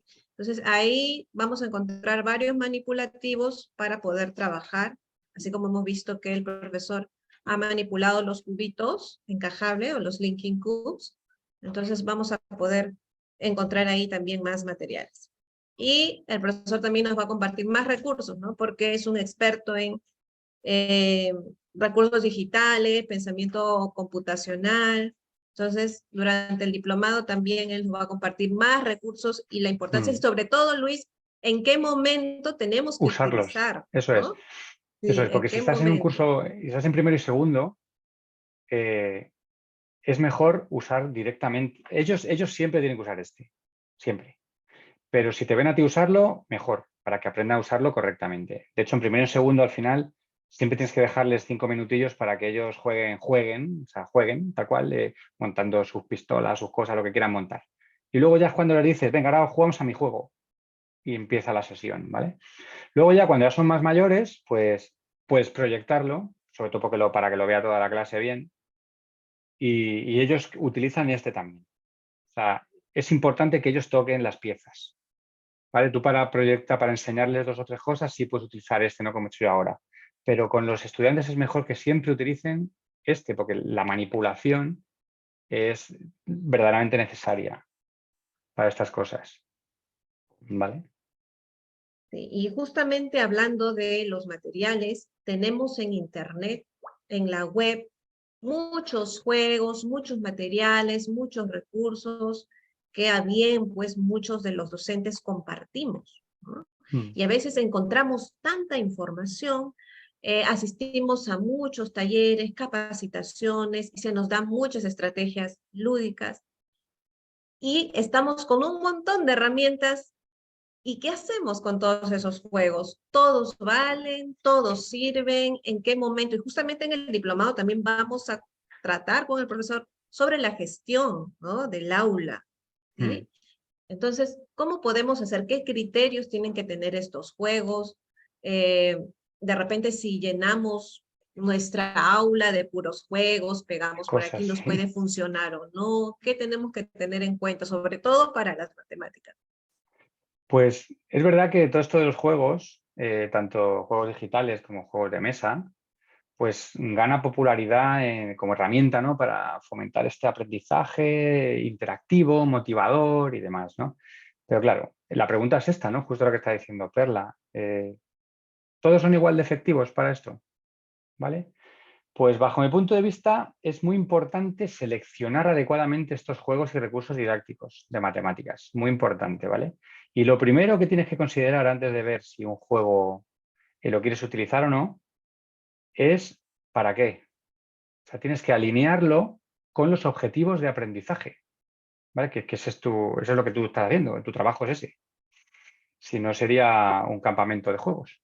Pero tú tienen que aprender cosas. Entonces tienes que alinear el juego ese o una peculiaridad del juego o algo del juego con el objetivo de aprendizaje. Y además tiene que servir para que se produzca una comprensión profunda de ese concepto matemático que estamos trabajando, ¿vale?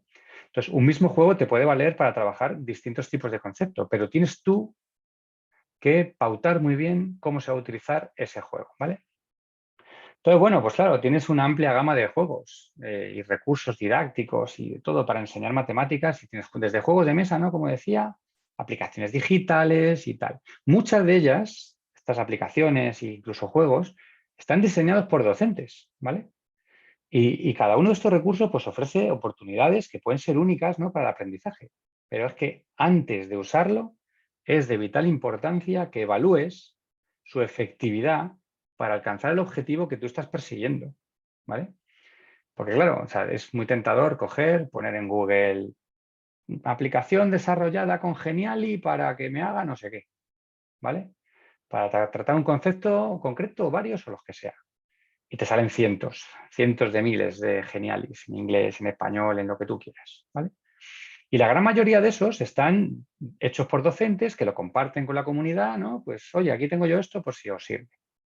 Pero claro, seguro que ese docente diseñó ese recurso con un objetivo específico para su aula, ¿vale? Para su aula. Y esto es muy importante, para su aula. Y puede ser para trabajar un concepto, o puede ser para repasar varios conceptos, o puede ser para repasar el contenido de una prueba que le vas a hacer. Entonces, claro, tú colocas eso como docente, yo he creado ese juego, me sirve para repasar eso que quiero que voy a preguntarles y luego voy y se lo pregunto, ¿vale? Entonces, claro, ¿te sirve a ti para tu aula eso? Pues puede ser que sí o puede ser que no. Si te sirve, genial, ¿vale? Si de hecho se llama genial y por algo, pues genial, estupendo que te sirva, ¿vale? Pero si tú no has comprobado antes si te sirve antes de utilizarlo, con tus estudiantes de tu clase, pues te puedes encontrar que a lo mejor el contenido propuesto en ese juego es más fácil o más difícil de lo que tú pensabas. Y entonces pierde completamente toda la efectividad para tu caso concreto, ¿vale?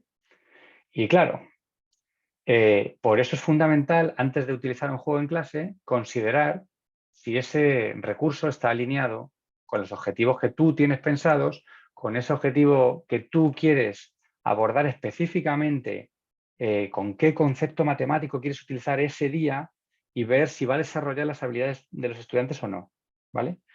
Y la comprensión, porque esto de la comprensión, como hemos dicho antes, es importante, ¿no? O sea, la comprensión profunda de los conceptos es lo que estamos persiguiendo. Y es verdad, hay juegos que fomentan la resolución de problemas, el razonamiento lógico, la aplicación de estrategias matemáticas, ¿no? Y todos esos son beneficiosos.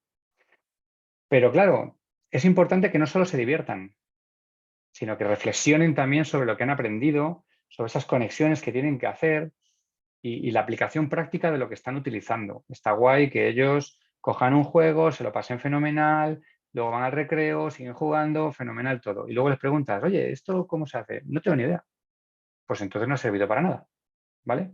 Entonces, si te quedas en el envoltorio del juego, con unas imágenes muy chulas, con una música que te cautiva, ¿vale? Con sonido que te atrae, pero luego no trabajas los conceptos al nivel que tú necesitas que trabaje, entonces es un pasatiempo. No, o sea, no es un juego educativo para ti. Es un pasatiempo y ya. Pues venga, chicos, entreteneos aquí esta media hora porque yo tengo que corregir no sé qué. Entonces, eso no es el objetivo que tenemos, ¿vale? Y claro, con todo el tiempo que siempre te hace falta en el curso escolar, ¿no? Que vas apurado aquí con todos los conceptos y todo el currículo y tal, pues como para andar perdiendo el tiempo con pasatiempos, ¿no? Entonces, otra cosa que también debes preguntarte antes de utilizar un juego en tu aula, y esta es muy importante, ¿vale? Es si se puede adaptar a los diferentes niveles de habilidad y los diferentes estilos de aprendizaje que pueda tener la gente de tu clase. O sea, puede coincidir que tú en un año tengas, como he tenido yo este año, pues 8 estudiantes con necesidades específicas de apoyo educativo y al año siguiente no tengas ninguno. Entonces, claro, pues es que es distinta clase. Puedes no tener ninguno y un juego es fenomenal y al año siguiente tienes a 8 personas que necesitan unas adaptaciones concretas para echarles una mano y ese juego no les vale, porque es que se van a frustrar, porque no van a ser capaces a lo mejor de hacer lo que tú esperas que hagan y ellos tampoco tienen claro qué es lo que esperan que tú esperas de ellos y eso genera un problema, con lo cual no te sirve, ¿vale? Entonces, es esencial que los materiales que utilices de juegos lúdicos permitan esa diferenciación, ¿vale?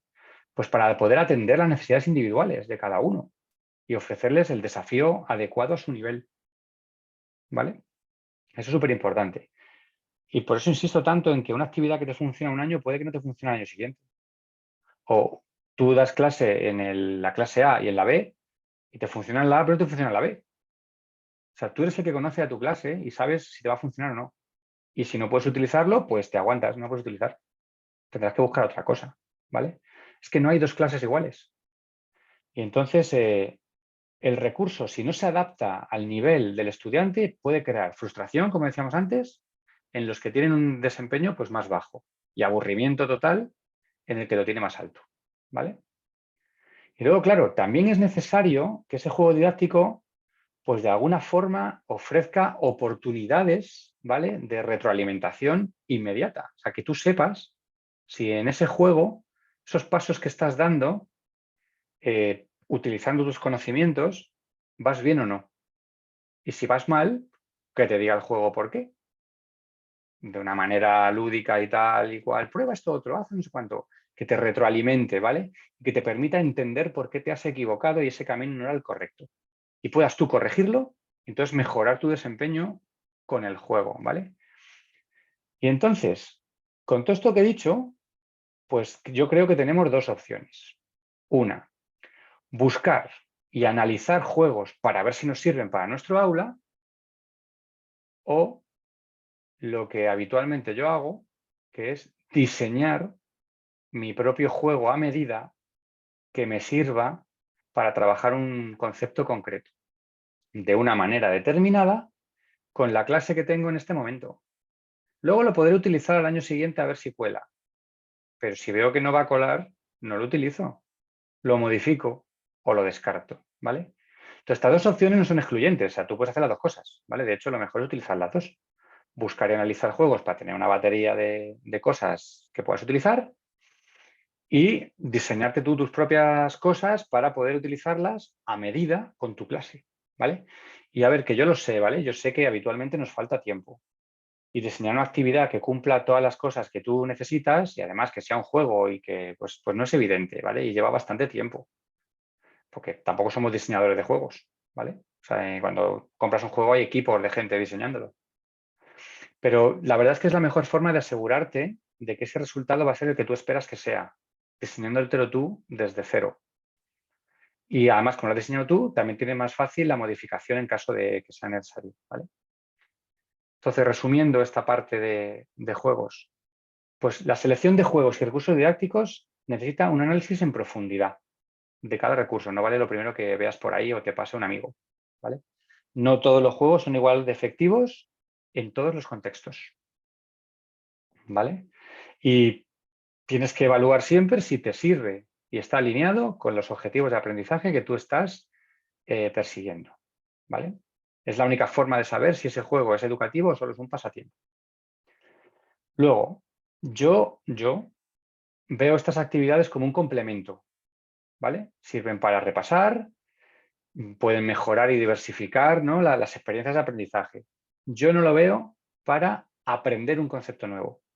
Yo para aprender un concepto nuevo planteo un problema. Planteo un problema, hacemos un debate, pim, pam, se presentan soluciones, vamos a ver, esta parece que vale, esta parece que no. Si tenemos 4 o 5 que valen, fenomenales todas. Podemos evaluar cuál es la más eficiente entre todos en la clase, porque esta tuya crees que es mejor, les haces hablar, les haces explicar. Y cuando ya lo tenemos todo claro y lo que estamos es repasando para preparar una prueba o para preparar alguna cosa, entonces sí, pues puedes poner actividades, un escape room, por ejemplo, puedes fabricarte un escape room en el que utilices distintos conceptos matemáticos o incluso distintas asignaturas, ¿no? Porque en primaria, al final, como das varias asignaturas, puedes hacer un escape room en el que tengas distintos puzzles, unos matemáticos, otros de lengua, otros de naturales. Puedes hacer, te lo diseñas tú a medida, ¿vale? Y luego, claro, pues, hombre, siempre es útil que los docentes pues tengamos capacitaciones y formaciones adecuadas para integrar de manera efectiva este tipo de juegos, ¿vale? porque aunque a ti te lo da la experiencia un poco, pues siempre escuchar a otra gente que ha hecho otras cosas, pues te puede dar ideas, ¿no? Como decía yo antes, que las juntas con las tuyas y dices, ah, pues voy a probar esto, a ver si me funciona a mí. Y esto que ha dicho este que funciona, pues voy a modificarlo de esta manera porque yo creo que me va a venir mejor.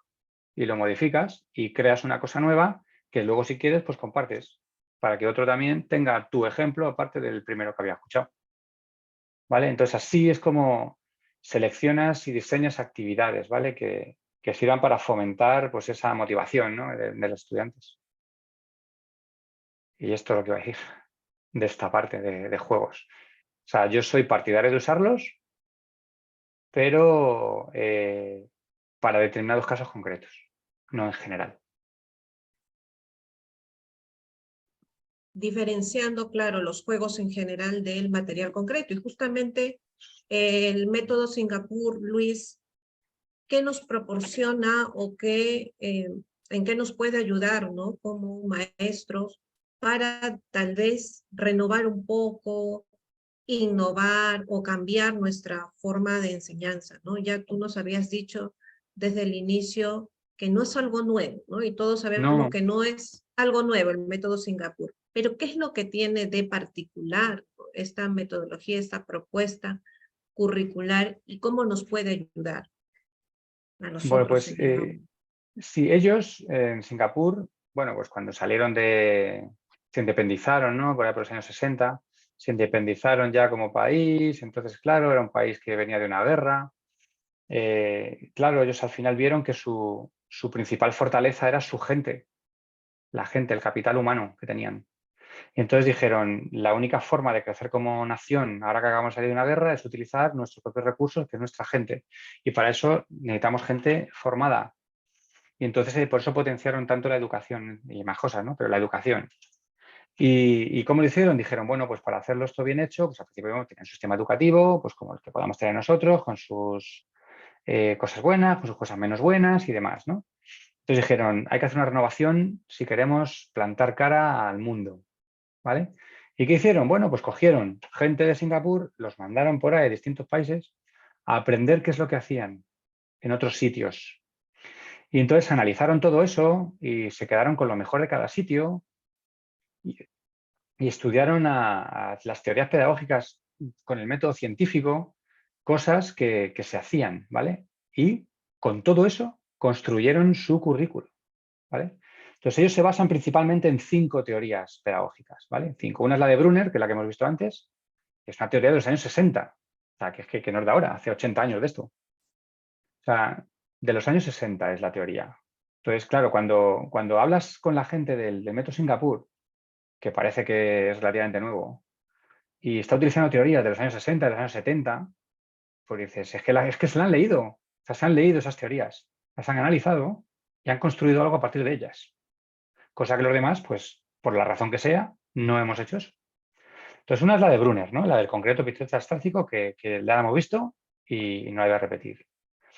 Pero otra teoría es la de Piaget, ¿vale? Y que básicamente pues habla de que dejar que los estudiantes tengan tiempo suficiente para procesar y asimilar los conceptos matemáticos, ¿vale? ¿Y cómo hacen esto ellos en el aula?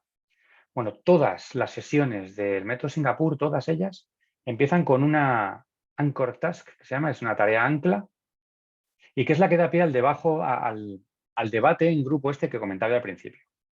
Entonces, ese debate lo planteas el problema y a ver cómo lo resolvemos, ¿vale? Entonces, es una tarea específicamente diseñada para trabajar un concepto solo y es una tarea de lo que se llama bajo suelo y alto techo. ¿Y eso qué es? Bueno, pues bajo suelo y alto techo quiere decir que la tarea es lo suficientemente flexible para que el de menor desempeño de la clase pueda participar con la pregunta que tú hagas. Y el de mayor desempeño de la clase pueda participar sin aburrirse con otra pregunta que tú también vas a hacer. Entonces puedes modificar esa tarea porque es muy flexible y se llama eso bajo suelo y alto techo. Entonces, esta es la parte de la sesión, la parte esta en la que tú planteas el problema y dejas tiempo de resolución para que asimilen todo lo que estás hablando. Esta parte es donde se invierte más tiempo en una sesión. Si no es de una hora, por ejemplo, una clase de una hora, pues igual esta parte se puede llevar fácilmente entre 25 y 30 minutos. porque es un debate, tienes que escuchar lo que dicen, tienes que apuntar en la pizarra todas las ideas que están diciendo, tanto las correctas como las que no, luego vas tachando con ellos, no borrando, tachando las que hemos descartado entre todos y estamos todos de acuerdo en que hay que descartarla, incluso el que lo ha dicho, ¿vale? Y nos vamos quedando con las buenas, ¿vale? Y eso, así es como funciona. Y entonces, tú como docente, como decía antes, cuando ves que alguien se ha equivocado, no le dices que está mal, le haces preguntas y preguntas y más preguntas para que entiendan que no es correcta y la descarten, ¿vale? Esta es la teoría de Piaget. Dejar tiempo suficiente para que asimilen los conceptos y los procesen bien. Otra teoría que utilizan ellos es la de Zoltan Dims, ¿vale?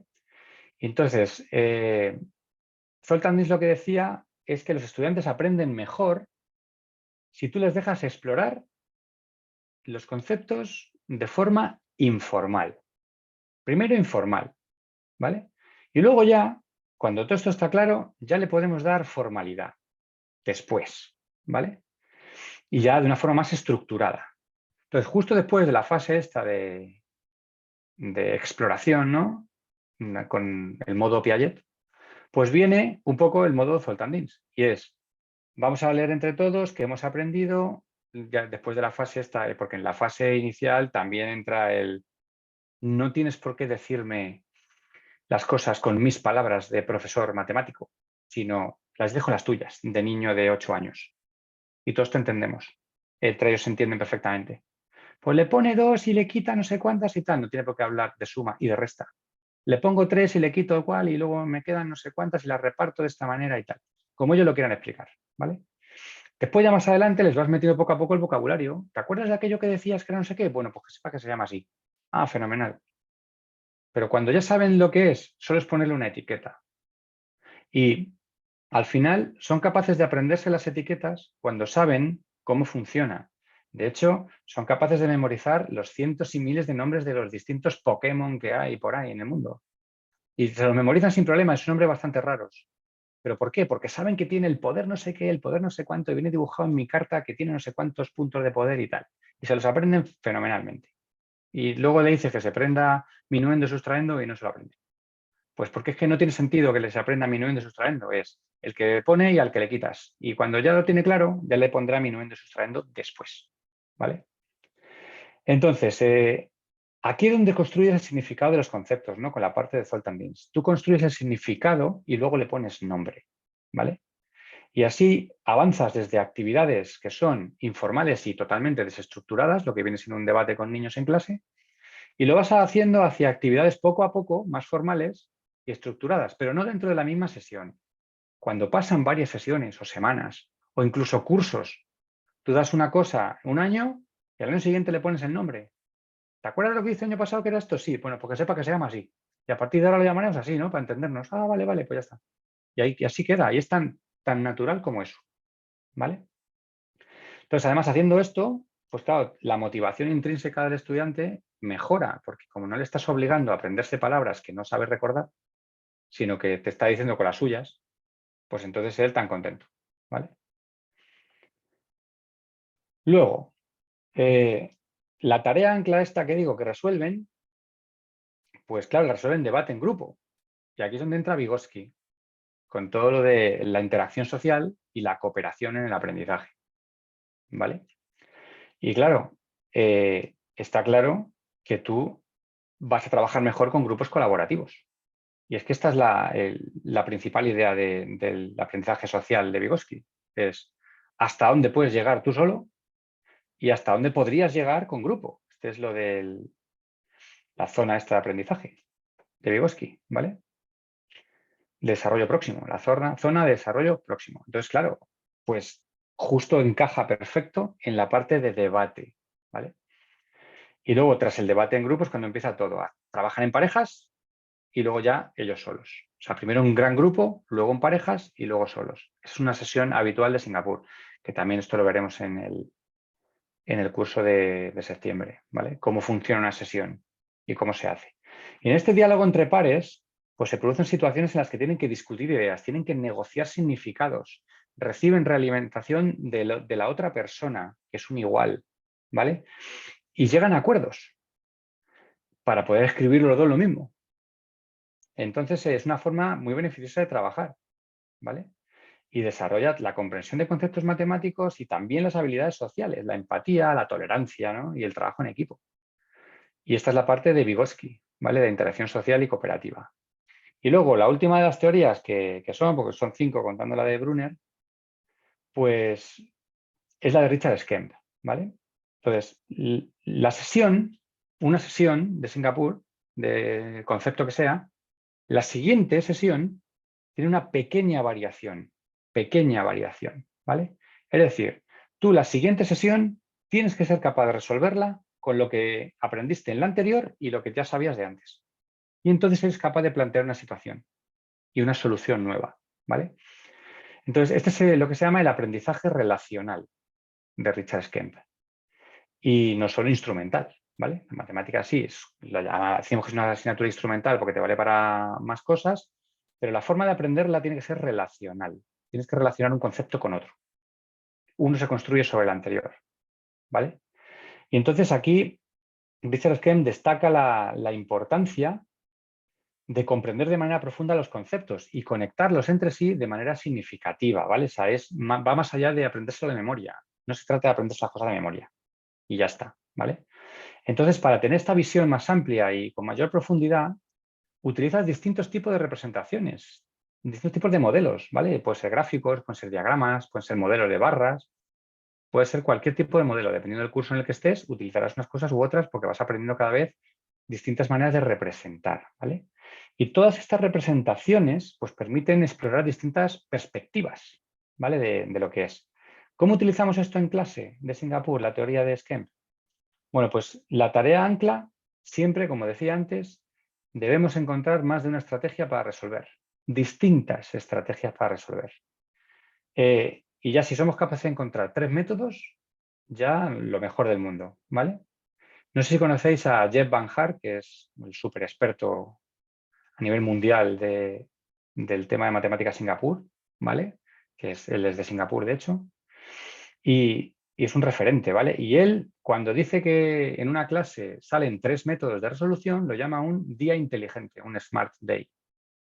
Porque que salgan 3 estrategias distintas para resolver un problema, esa clase estaba absolutamente enganchada contigo y motivada. Lo habitual es que salgan 2. Una siempre sale, pero hay que forzar que salga una segunda. Y ya si salen 3, ni te cuento. Y lo consigues, ¿eh? Igual el primer trimestre cuesta un poco más, pero cuando están totalmente rodados, ellos, los alumnos, te sacan 3 soluciones, la mayor parte de las veces. Y si no le presentas tú una tercera y dicen, anda, esta no se me ha ocurrido, y para que vean que tú también aportas, ¿vale? Entonces, resumiendo las 5 teorías estas. Bueno, Jerome Brunner, ¿vale? Con el CPA. Durante la resolución del problema siempre tenemos que utilizar el concreto, pictórico, abstracto, de Jerome Brunner. Luego, necesitamos siempre una tarea ancla, que es la que abre el debate, ¿vale? Y este es Vygotsky, para que sea un debate en grupo. Luego, necesitamos tiempo suficiente para que resuelvan, asimilen y entiendan bien el concepto. Y este es Piaget. Luego, necesitamos un debate en el que se habla de forma informal y natural, sin ataduras, ¿vale? Con educación, por supuesto, pero informal, ¿vale? Y luego ya vendrá la parte en la que le ponemos nombre matemático a las cosas. Y este es Zoltan Dims. Porque de hecho Zoltan Dims decía, dame un concepto y yo te genero un juego. Eso es lo que decía Zoltan Dims. Dame un concepto matemático y yo te hago un juego para que lo hablemos, ¿vale? Luego, durante la resolución, pues los estudiantes deben explicar, ¿vale? Su estrategia y explicarla en voz alta y relacionarla con otros conceptos y otras cosas y otra forma. Yo resolví una vez un problema parecido a este, lo hice de esta manera y entonces ahora modifico esto y tal. Aprendizaje relacional de Richard Skemp, ¿vale? Estas son las 5 teorías principales del método Singapur. De hecho, seguramente si buscáis en YouTube teorías de aprendizaje del método Singapur, estas son las que salen. Hasta te saldrá el vídeo de Van Hart, hay vídeos de Van Hart por ahí contándolas, o sea que te salen estas. Qué ¿Qué dudas hay por ahí? interesante, sí, qué interesante, Luis, lo que nos vas contando, sobre todo cómo nos has explicado la vinculación, ¿no? De la parte teórica, del aspecto teórico con la aplicación. Y eso es lo que nos vale. Claro, Entonces, exacto. ¿qué es lo que yo estoy siguiendo, no? En el aula, ¿qué momentos voy a continuar y en qué están basados? ¿No? Y justamente esto lo vamos a ver también en el diplomado, la gestión de Sí, aula, cómo trabajar en el aula, ¿no? Una sesión, sí, porque podemos aprender las estrategias, pero cómo yo lo voy a aplicar en mi aula. Y no está muy alejado con los diferentes currículos que nosotros tenemos en el Perú, en México, en diferentes países, porque es el mismo enfoque, ¿no? Resolución de mm, problemas, ¿no? Entonces, a exactamente. nivel mundial estamos trabajando como Singapur con el enfoque de resolución de problemas. Muy bien, entonces vamos a leer algunos comentarios antes ya de terminar. Lore nos dice, en el Ecuador a los estudiantes de edades entre 6 a 8 años se les dificulta escritura de cantidades, reconocimiento de cantidades. Yo soy docente y uso material concreto y juegos, pero sí es muy difícil que ellos puedan captar, ¿no? Y estamos hablando de los niños de los primeros grados justamente. Mm, Y hay dificultades justamente que se arrastran desde el nivel infantil, ¿no? Y justamente cuando no comprendemos bien estas teorías que nos está explicando Luis y no lo aplicamos también desde el nivel infantil, entonces tenemos niños que tenemos que volver a trabajar con el eso es. material, con el CPA, y justamente la propuesta de Singapur nos ofrece herramientas y estrategias muy interesantes para poder trabajar con los niños en esta edad. Las matemáticas también es ensayar porque depende de los estudiantes que tenemos, claro. Lore nos dice, esto se debe también en la mayoría de las instituciones educativas, aún usan métodos tradicionales y que no permiten hacer cambios en la educación y usar nuevas metodologías, ¿no? Y esto pasa en Sí, todos es los verdad. países, ¿no? Todos. Esto pasa en todos los países. Eh, Rosa Druar nos dice, el currículo dice resolver problemas, no dice que de memoria ni rápido, solo que resuelva, ¿no? Y de allí la importancia del material concreto, ¿no? Silvana nos dice, muy interesante la reflexión, el enseñar a pensar debe ser el objetivo de la educación del siglo XXI, para que las personas puedan salir del subdesarrollo. Muy bien. Vamos a enviar los certificados también, Silvana, a los correos. Estamos llevando también la lista de asistencia, los que han participado, los que han comentado también. Teresa, sí, las dificultades se ven claramente en los primeros grados. Mercedes, se necesita mucho cambio en la educación actual y hacer estudiantes pensantes. Muy bien. Entonces, gracias maestras, maestros por conectarse desde diferentes lugares del mundo. Gracias Luis por acompañarnos. Creo que nos Encantado. teníamos planificado una hora, ¿no? Pero ya Sí, sabíamos pero que nos ya íbamos a sabíamos, pasar, sí. como Sí, siempre. porque es que al final, pues, Sí. al final mejor, pero bueno, no pasa nada, es mejor Sí, contarlo, la información bien contada, yo creo, que la gente lo escuche. El tiempo al final es relativo, eso ya lo dijo Einstein, el sí. tiempo es relativo. Pues eso. El tiempo es relativo. Muchas gracias por compartir, sobre todo porque es un maestro experto en las matemáticas, nos contagia también su gran pasión que tiene por enseñar las matemáticas Singapur. Y como les comentaba, él nos va a estar acompañando en el diplomado que empieza en septiembre. Empezamos con Luis y ahí lo Ujú. vamos a ver más despacio, ¿no? Todas Sí, estas sí, estrategias, ya mucho más, con mucho más recursos. Ustedes también van a poder interactuar con el docente a través, va a ser en modalidad virtual. A través del Zoom vamos a también ir acompañándonos en la plataforma de manera permanente. Entonces, toda la información que ustedes deseen lo pueden solicitar a través del WhatsApp, a través de nuestras páginas. ¿Mm? Facebook, nuestra página web también. Muy bien, Rosa dice, me encantó, estuve con Banjar en Alcalá, dice, en el 2018, ¿no? Rosa también es formadora, muchas gracias Rosa por estar presente y te admira mucho yo estuve también. también, yo creo que ese Bueno, día, esa vez en el 2018 estuve yo también allí en Alcalá, con Manjar. con Yo Banjar. le he visto varias veces en España y sí que, si ves, Ahí te conocí, pues, ¿ves? Ya sabía yo.